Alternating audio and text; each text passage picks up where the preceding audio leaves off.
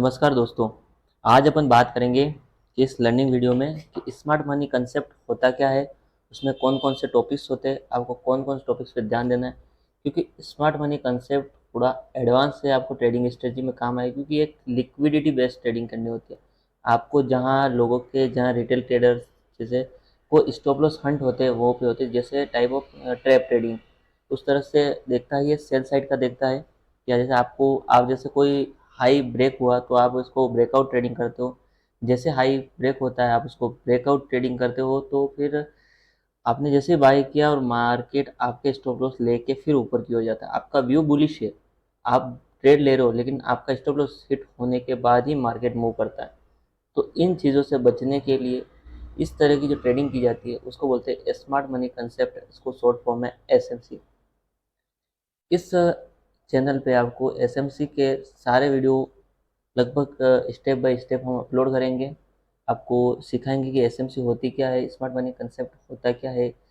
तो आज अपन इसमें बात करेंगे कुछ बेसिक टर्मिनोलॉजी, जो बेसिक इसमें स्ट्रक्चर होते हैं, कुछ डेफिनेशंस होती है, उसके बारे में आज देखेंगे। यूट्यूब पे नॉलेज की भरमार है, अब चाहो जहाँ से, लेकिन जहाँ से भी सीखो एक एडवांस चीज़ सीखो, क्योंकि हम आपको बेसिक से लगा के एडवांस तक चीज़ें देंगे। और अभी तक आप इस वीडियो में हो तो इसका मतलब आप इन चीज़ों को सीखना चाहते हो। तो जैसे अपन देखें कि स्मार्ट मनी कंसेप्ट में होता क्या है, उसमें सबसे एक टर्मिनोलॉजी यूज होती है ब्रेक ऑफ स्ट्रक्चर, जिसे शॉर्ट फॉर्म में BOS के नाम से डिफाइन करते हैं अपन। एक होता है चेंज ऑफ कैरेक्टर, जैसे CHO कहते हैं अपन शॉर्ट फॉर्म में। एक होता है इंड्यूसमेंट, जिसको अपन IDM के नाम से जानते हैं। एक होता है इम्बेलेंस या फिर एक फेयर वैल्यू की, जिसको अपन FVG बोलते हैं। और एक ऑर्डर ब्लॉक होता है, एक ऑर्डर फ्लो होता है। और इसमें मेन थ्रेशोल्ड एक सबसे इंपॉर्टेंट चीज़ होती है इसमें, लिक्विडिटी। लिक्विडिटी मार्केट का फ्यूल होता है, market without liquidity taken out किए मार्केट कभी मूव नहीं करती।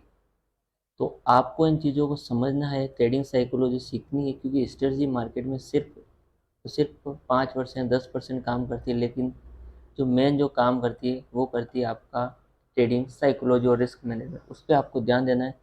तो ब्रेकअप स्ट्रक्चर, जैसे मार्केट गया, ये पुल बैक लिया, जैसे इसको ब्रेक किया तो इसको बोल दिया जाता है ब्रेकअप स्ट्रक्चर।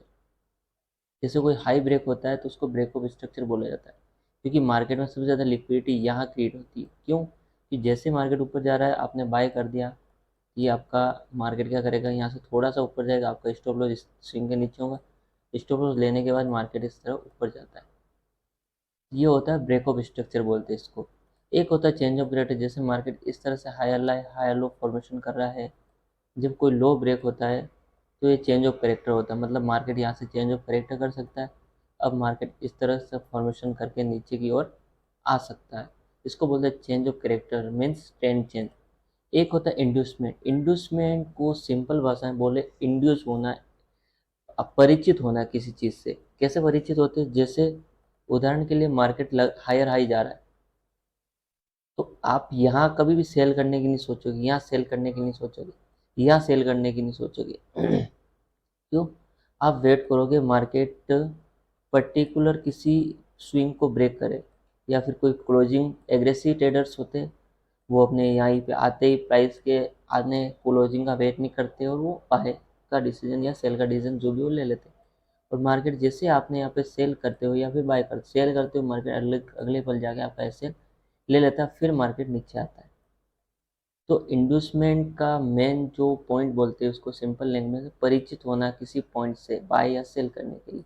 जैसे market higher high lower low का फॉर्मेशन कर लोअर हाई का फॉर्मेशन कर रहा होता है, तो मार्केट में जो ये लो ब्रेक होगा तो उसके बाद मार्केट नीचे की ओर मूव करेगा, ये अपन सोचते हैं।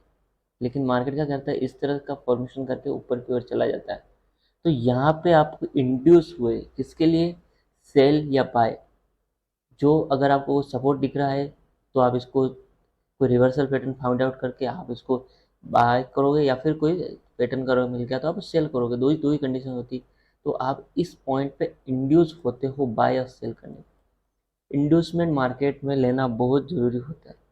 अगर मार्केट इंड्यूसमेंट नहीं लेगा, मार्केट में लिक्विडिटी नहीं हो क्रिएट होगी, तो मार्केट कभी भी आपका मूव नहीं करेगा।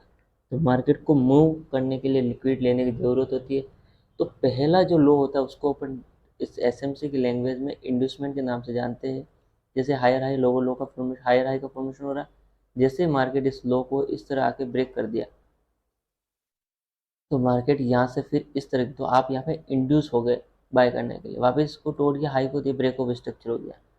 अब वापस अगर इस तरह का फॉर्मेशन हो गया, वापस इस लो को तोड़ दिया, फिर ये चेंज ऑफ करेक्टर होगा। तो चेंज ऑफ करेक्टर बेसिक जो काम करता है वो करता है आपको इंड्यूस करने के लिए बाय सेल लिक्विडिटी क्रिएट करवाता है, उसको बोलते हैं इंड्यूसमेंट। इंड्यूसमेंट आपका बुलिश मार्केट में हाई कंफर्म करता है और बेरिश मार्केट में लो कंफर्म करता है इंड्यूसमेंट।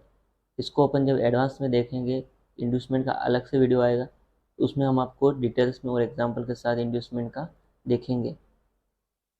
दूसरी जो तीसरी चौथी जो चीज़ होती है वो होता है इम्बेलेंस। इम्बेलेंस का मतलब होता है मार्केट में हाई वॉल्यूम ट्रेड होते हैं, तो मार्केट क्या कहता है, जो पहली कैंडल होती है वो जो दूसरी कैंडल होती है,